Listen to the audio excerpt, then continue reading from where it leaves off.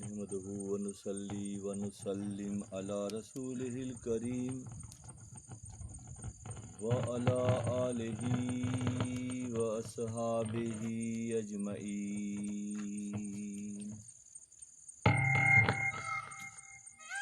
ہر چے پیدا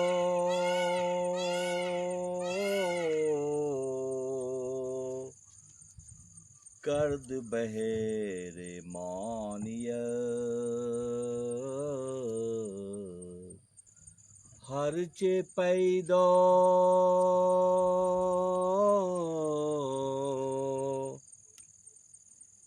کرد بہر مانیت، باطنش بنگر بری ظاہرت، ہیچ نقاش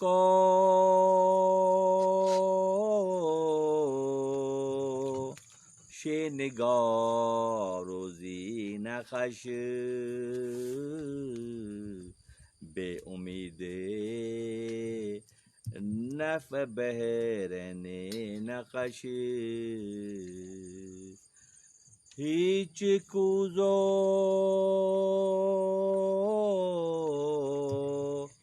گر کند کوزو شتو، بہر این کوزان از بہر او، ہیچ خطو نویست خط بفن، بہر عین خط نہ بہر خواندن، تاسوم چورندہم برمی شمر، این فواید را به مقدار نظر.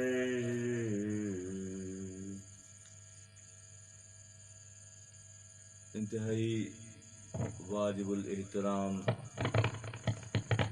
شب جمعہ کی شرکائے مجلس،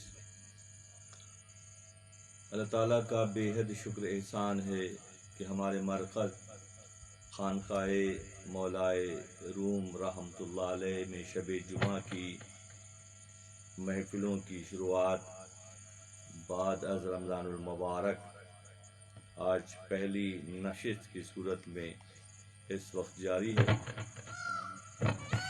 الحمدللہ ثم الحمدللہ. یہ سلسلہ دروس جو کہ حضرت مولانا جلال الدین رومی رحمۃ اللہ علیہ کی مثنوی شریف سے مربوط ہے. ایک طویل عرصے سے اہل علم کی پیاس کو بجھانے کے لیے اس انداز میں ان محفلوں کا انعقاد ہوتا ہے. رمضان المبارک کی 4 جمعراتوں میں کیونکہ لوگ دور دراز مقامات سے آتے ہیں تو یہ سلسلہ درس اور یہاں کے معاملات عمومی انداز میں تو موقوف ہو جاتے ہیں، مگر ہمارے خواص اور ہمارے قریبی حلقہ احباب نے رمضان المبارک کے اہم دنوں میں یہیں وقت گزارا. یہ بلا شبہ اللہ رب العزت کا خصوصی انعام و اکرام ہے. این سعادت بزور بازو نیز تانہ بخشن خدای بخشندہ، جو تعالیٰ کی توفیقات بخشی ہوئی توفیقات ہی کی بنیاد پر ایسا ممکن ہو پاتا ہے. اور جو اس خانقاہ کے قیام کا جو بنیادی مقصد ہے وہ یہی ہے۔ ہم سب جانتے ہیں کہ حضرت مولانا جلال الدین رومی رحمۃ اللہ علیہ کی تعلیمات کی احیاء کا یہ دور ہے۔ آپ کی مثنوی شریف اور آپ کے فکر اور جو آپ اسلام کے حصاروں میں سے ایک حصار ہیں، اس کی ترویج اور اس کو مزید عامت الناس تک پہنچانے کی ذمہ داریاں الحمدللہ فقیر اور میرے احباب بہت احسن انداز میں اس کو لے کر چل رہے ہیں۔ گزشتہ کئی ہفتوں، رمضان مبارک سے پہلے کئی ہفتوں تک حضرت موسیٰ کلیم اللہ اور فرعون کا ذکر دفتر چہارم سے بیان کیا گیا، اور آج جناب آصف کامران چلوی صاحب نے بہت ہی اچھے انداز میں ان تمام نشستوں کا خلاصہ، اجمالی جائزہ پیش کرنے کی جو سعادت حاصل کی۔ یہ گناہ اطمینان ہوا کہ ہمارے بچوں کی تربیت اس انداز میں ہو رہی ہے کہ نہ صرف کہ الفاظ کی بلند اور ادائیگی ان کی پیش نظر رہتی ہے، اور اسے مزید بہتر سے بہتر کرنے کی جو ہے کوششیں کی جا رہی ہیں۔ یہ یقینی طور پر حضرت مولانا جلال الدین رومی رحمۃ اللہ علیہ کا تصرف ہے، آپ کی توجہات ہیں جو اس مقام پر ہیں اور یہاں کے خدام پر ہیں، جو اس خانقاہ کی خدمت کرنے کا جذبہ لے کر گھروں سے نکلتے ہیں، تو یقینی طور پر ان کے آنے والا ہر دن گزشتہ کے مقابلے میں بہتر ہوتا چلا جاتا ہے۔ نبی صلی اللہ علیہ وسلم کی حدیث مبارکہ کا مفہوم اس وقت ذہن میں آ رہا ہے کہ جس کے 2 دن ایک جیسے ہیں وہ ملعون ہے، قابل ملامت ہے، کہ اس نے پچھلے دن کے مقابلے میں آج اور آج کے مقابلے میں آنے والے دنوں میں اپنے آپ کو تبدیل کرنے کا شعوری ارادہ بھی نہیں کیا اور اس پر عمل بھی نہیں کیا۔ تو یہ بڑی اطمینان قلب کی بات ہے، سکون کی بات ہے۔ یقینی طور پر یہ اہل اللہ کا تصرف بھی ہے، حضرت مولانا جلال الدین رحمۃ اللہ علیہ کی نظر کرم بھی ہے کہ اس خانقاہ پر اور اس یہاں کے وابستگان پر اس انداز میں یہ جلوگر نظر آتی ہے۔ اللہ تعالیٰ ہم تمام کا حامی و ناصر ہو اور شرکائے مجلس کی توفیقات میں اللہ اضافہ کرے، اور جو بیان کیا جا رہا ہے اس کو نہ صرف سنیں بلکہ جذب کر کے اپنی زندگیوں میں اس کو لاگو کرنے کا شعوری ارادہ کریں۔ دفتر چہارم سے تک ہم پہنچے ہیں۔ جب سے مثنوی بیان ہو رہی ہے تو معاملات یہ رہتے تھے کہ میں کوشش یہ کرتا تھا کہ ایک نشست میں ایک مضمون مکمل ہو جائے۔ یہ اس وقت کا تقاضا تھا، آج سے 20 سال پہلے، کہ ایک نشست میں ہم ایک مضمون ڈیلیور کر دیتے تھے، مگر اب یہ وقت آ گیا ہے کہ ایک ایک شعر کی شرح اسی انداز میں ہو جیسے شرح کیے جانے کا حق ہے۔ ظاہر ہے وقت کے ساتھ ساتھ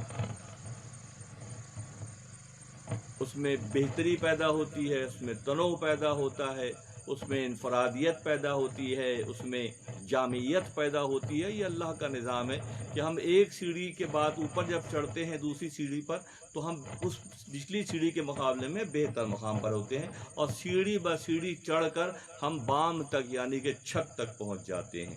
یہ سسٹم ہے۔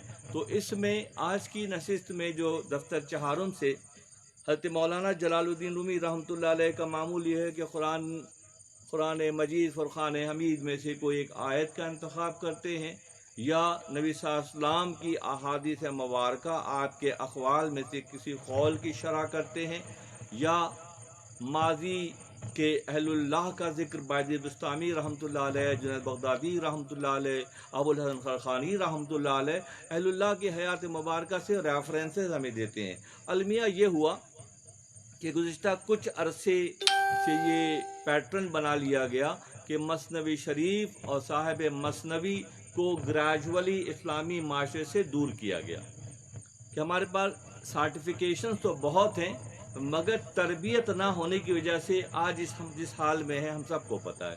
کاش کی سرٹیفکیشن کے ساتھ، اسناد کے ساتھ تربیت کا بھی سلسلہ ہوتا تو پھر منظرنامہ کچھ کا کچھ بن جاتا۔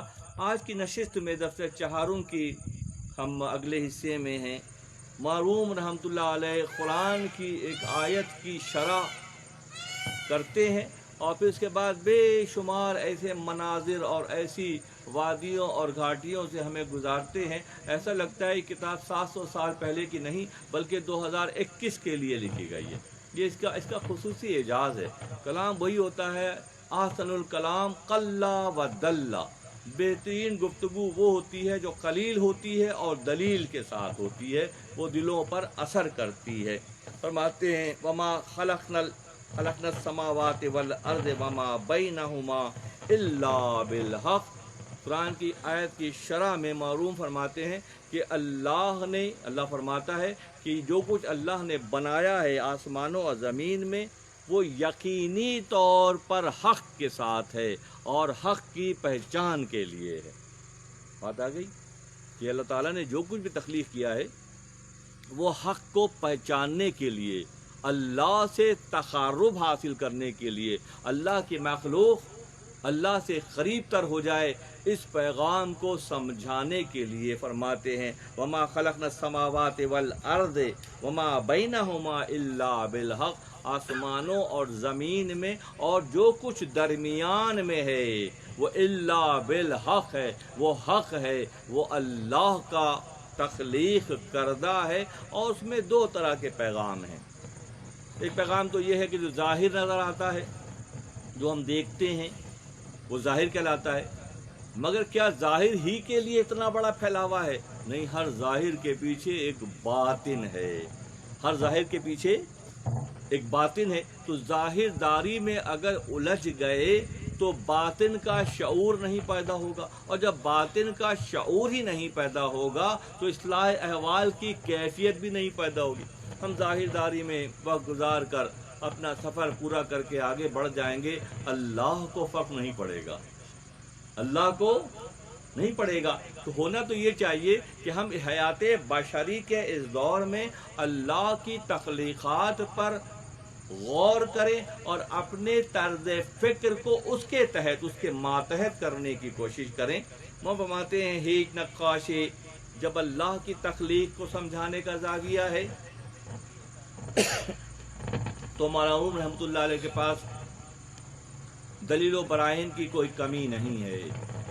اللہ غنی، علم کا ایک ایسا سمندر، ایک ایسا بحر ذخار ہے، ایک ایسا لامتناہی سمندر ہے کہ خود مولانا فرماتے ہیں کہ جو غوطہ خور ہوتے ہیں جس میں جتنی زیادہ سانس روکنے کی صلاحیت ہوتی ہے وہ غوطہ لگاتا ہے، اور جتنی اس کی پریکٹس، جتنا اس کا مجاہدہ، جتنی اس کی ریاضت تیراکی میں پکی ہوتی ہے، وہ بہت دیر تک سمندر میں رہتا ہے، اور بے شمار جو خزانے سمندر میں موتیوں کی شکل میں ہیں ان میں سے بہت اچھے سائز کا نکال کے بال لاتا ہے۔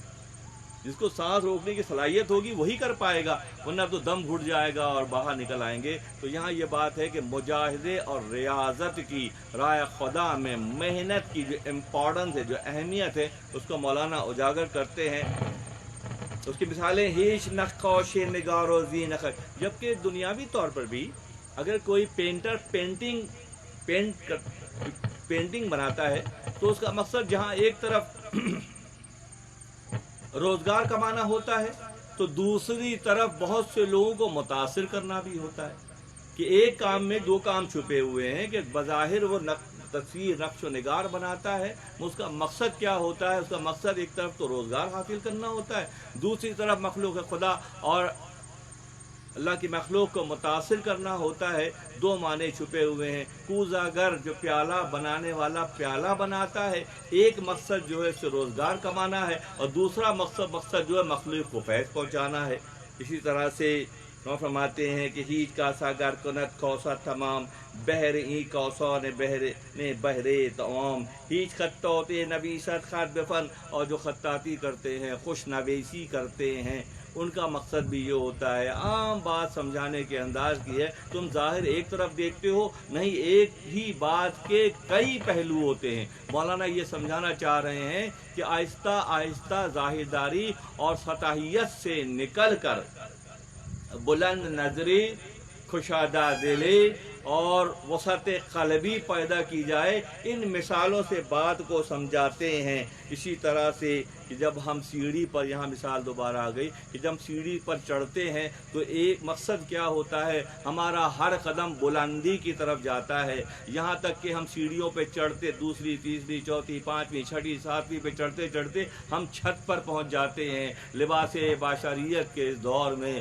جو اللہ سے قربت حاصل کرنا چاہتے ہیں وہ مسلسل محنت کرتے ہیں اور ان کا درجہ بلند ہوتا چلا جاتا ہے، اور ایک وقت آتا ہے کہ اپنے رب سے تعلق میں آ جاتے ہیں۔ پہلے ہی دن یہ کیفیت نہیں ہوتی، یہ کیفیت وقت کے ساتھ ساتھ ہوتی ہے۔ ایک اور مثال میں یہ بات سمجھاتے ہیں کہ شطرنج کی جو شطرنج کھیلتے ہیں ان کی ہر چال شطرنج کھیلنے والے جانتے ہیں کہ ہر چال کے پیچھے کئی چالیں ہوتی ہیں، وہ پلان کر کے شطرنج کھیلتے ہیں، جو بہت ہی پلان کر کے شطرنج کے بساط پر کھیلتے ہیں، پھر ہوتا کیا ہے کہ آخر میں وہ کامیاب ہو جاتے ہیں، کیونکہ ہر چال کے پیچھے کئی چالیں ہوتی ہیں۔ سامنے والے دونوں بیٹھے ہوئے شطرنج کھیل رہے ہیں مگر جو پلان کر کے کھیلتے ہیں وہ کامیاب ہوتے ہیں، اور جو روا روی میں کھیل رہے ہوتے ہیں تو آخر میں پتہ چلتا ہے کہ وہ ناکام ہو جاتے ہیں، اور جو زندگی بہت احتیاط اور بہت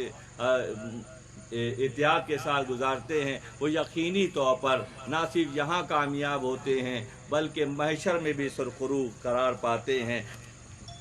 مولانا فرماتے ہیں کہ روٹی کھائی جاتی ہے، روٹی سے طاقت حاصل ہوتی ہے، وہی روٹی ہماری عبادتوں میں وہی گندم جو ہے سبحان رب العظیم اور سبحان رب العلیٰ بن جاتی ہے۔ کھا رہے ہوتے ہیں ہم پیٹ بھرنے کے لیے، طاقت ہوتی ہے، نماز میں کھڑے ہوتے ہیں، اسی طاقت کے ذریعے ہم سبحان رب العظیم اور سبحان رب العلیٰ کا ورد کرتے ہیں۔ ادنا مخلوق جو کہ گندم روٹی ہے مگر جب ایک پروسیس کے تحت آتی ہے تو وہی گندم عرفہ بن جاتی ہے، وہ اپنے رب کی حمد و ثنا کرنے والی بن جاتی ہے۔ تو سوچنے کی بات یہ ہے کہ اگر کسی کے ذہن میں یہ خیال ہو کہ روٹی میں اس لیے نہیں کھا رہا ہوں کہ پیٹ بھرے، بلکہ روٹی میں اس لیے کھا رہا ہوں تاکہ میں کھڑا رہ سکوں اور اپنی رب کی بارگاہ میں اس کی حمد و ثنا بیان کر سکوں، تو مقصد پھر کیا ہوا کہ کھانے کا کام تو ہو ہی رہا ہے مگر مقصد ایک بڑا ہو گیا۔ یہ وہ باطن ہے، یہ وہ باطنی کیفیت ہے جس کے ذہن میں یہ شعور پیدا ہو جاتا ہے،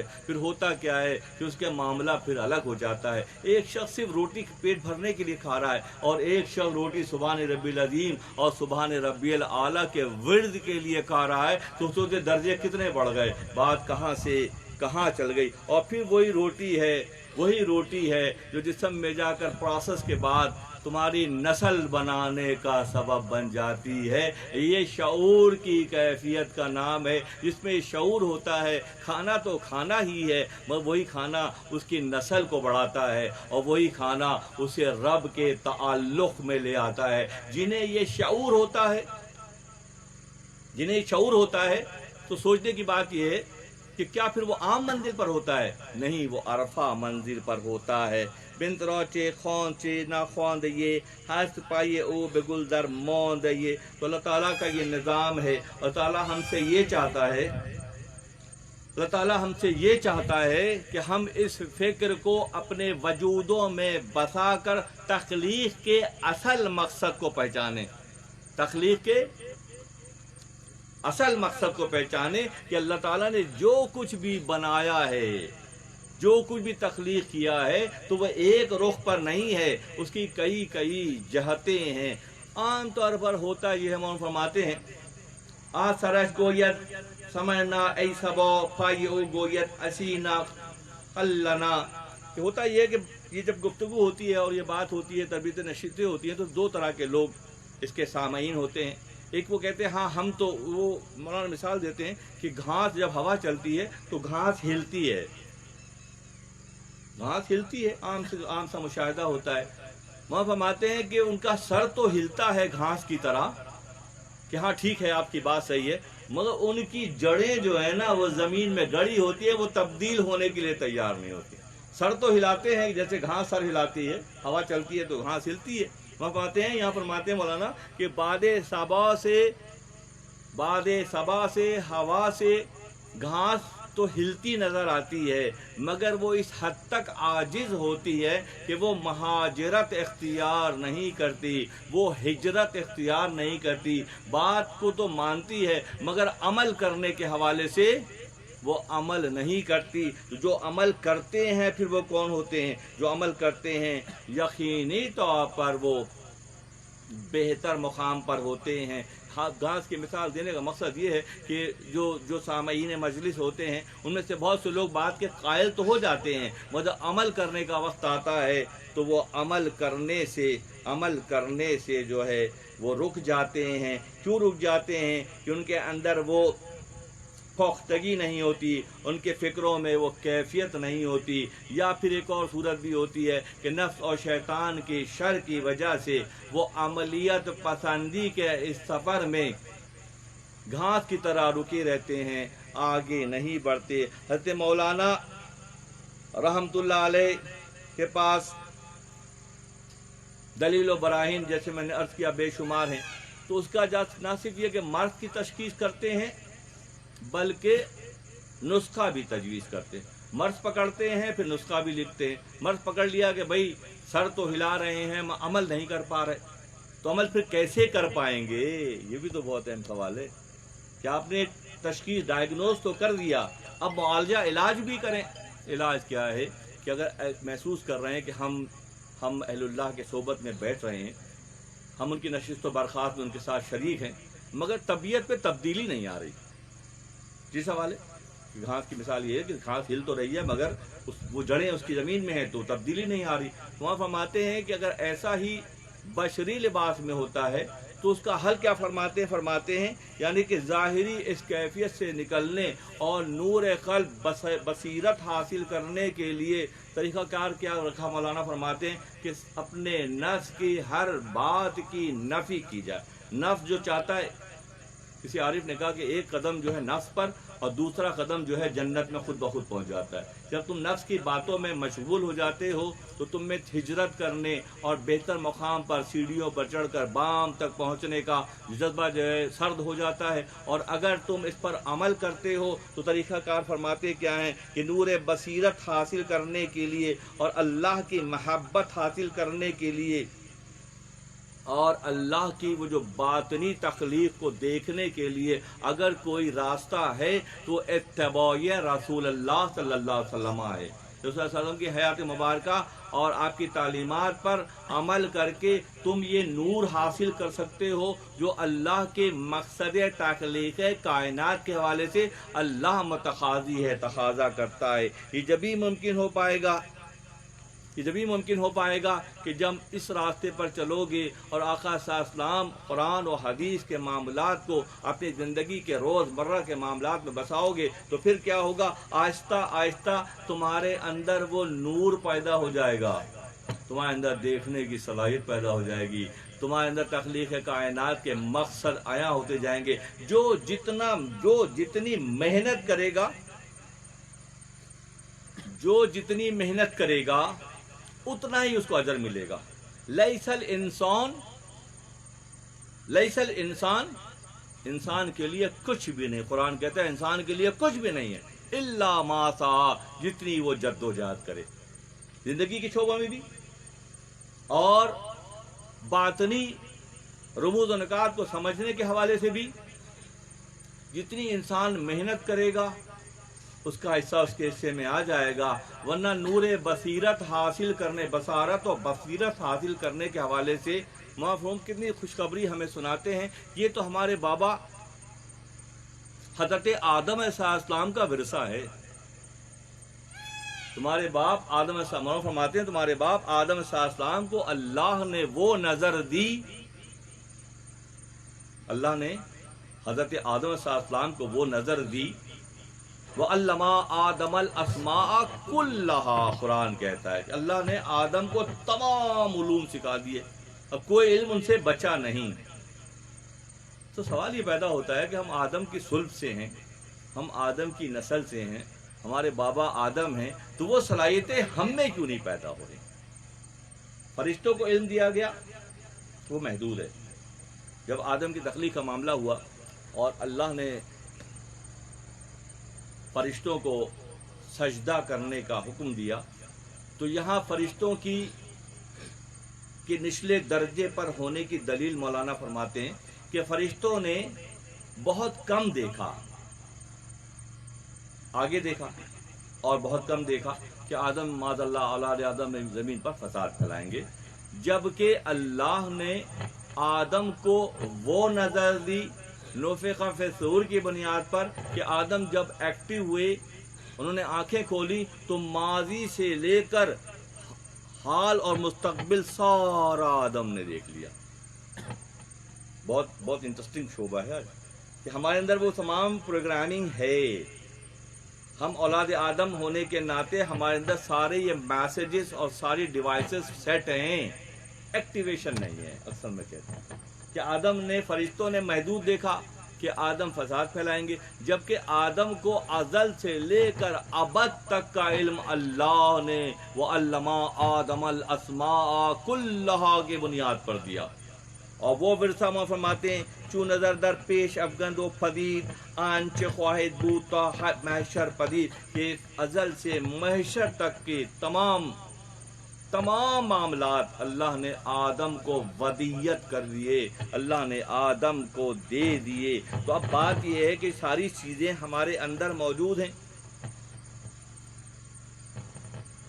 بحث و املاک و زمین و کبریا در خلیفہ کردن بابا، یہ ماں کہ زمین و آسمان کے تمام علوم اللہ نے آدم کو سکھا دیے، اور ہمارے بابا فرماتے ہیں در خلیفہ کردن بابا یہ ماں کہ اللہ نے آدم علیہ السلام کو اپنا خلیفہ بنایا جو کہ ہمارے بابا ہیں۔ یہ فکر کو بہت معذرت سے کہوں گا کہ درمیان کے کچھ دور میں ہماری اتنی ہائی فریکوینسی ایکٹیویشن کی جو کیفیت ہے اس کو جمود کی منزل پر پہنچا دیا گیا۔ ہم سائلنٹ ہو کر رہ گئے، ایون کہ ہماری فکریں سائلنٹ ہو گئیں۔ مولانا کا کام یہ ہے کہ مولانا آپ کو یہ بتاتے ہیں کہ آپ کی اپنی اساس اور بنیاد کیا ہے، جس کو اپنی بنیاد من عرف نفسہ فقد عرف ربہ، جو خود کو پہچانے گا وہ رب کو پہچاننے جیسا ہو جائے گا۔ ہر کسے زاندس از روشن دلے غیب را بیند بقدر سیقلے، تو ابھی تمہیں بتا دیا گیا کہ تمہارے اندر وہ سارے اوصاف موجود ہیں جو آدم علیہ السلام کے اندر اور انبیاء کے اندر تھے۔ تو اب کیا کرنا ہے؟ جو جتنی زیادہ مجھائی کرے گا اس کا آئینہ اتنا زیادہ روشن ہو جائے گا۔ نہ صرف کہ ماضی کو دیکھ لے گا، وہ حال کو دیکھ لے گا اور وہ مستقبل کو دیکھ لے گا۔ اسی لیے اہل اللہ کے ہاں جو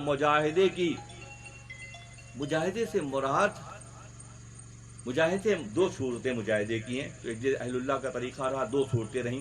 ایک صورت یہ رہی کہ غاروں میں جا کر اور کنویں میں الٹا لٹک کر عبادتیں کی گئیں، اپنے نفس کو باندھا گیا۔ ایک وہ ہے جو مخلوق کے درمیان رہ کر آنے والے ہر دور کو فیس کیا گیا، اور بہتر مقام پر وہ درجہ بدرجہ سیڑھیوں پر چڑھ کر بام تک پہنچنے جیسے ہو گئے۔ جو ظاہرداری میں ہوتے ہیں وہ اس منزل کو نہیں پا سکتے۔ درمیان میں اس وقت ذہن میں خیال آ رہا ہے کہ ایک صوفی صاحب، ظاہردار صوفی، بات بہت سخت ہے مگر برسبیل ذکر ہے، کہ ایک ظاہردار صوفی نے کہا کہ میں نے جہاد اکبر یعنی کہ دنیا کے سارے معاملات تو کر لیے، کیونکہ ایک موقع پر اللہ کے نبی جب مدینہ منورہ کی کھجور کے باغات دور سے نظر آ رہے تھے غزوے کے واپسی کے موقع پر، تو اللہ کے نبی نے فرمایا کہ رجانا من الجہاد اکبر الی الجہاد الاصغر، ہم چھوٹے جہاد سے بڑے جہاد کی طرف آ رہے ہیں۔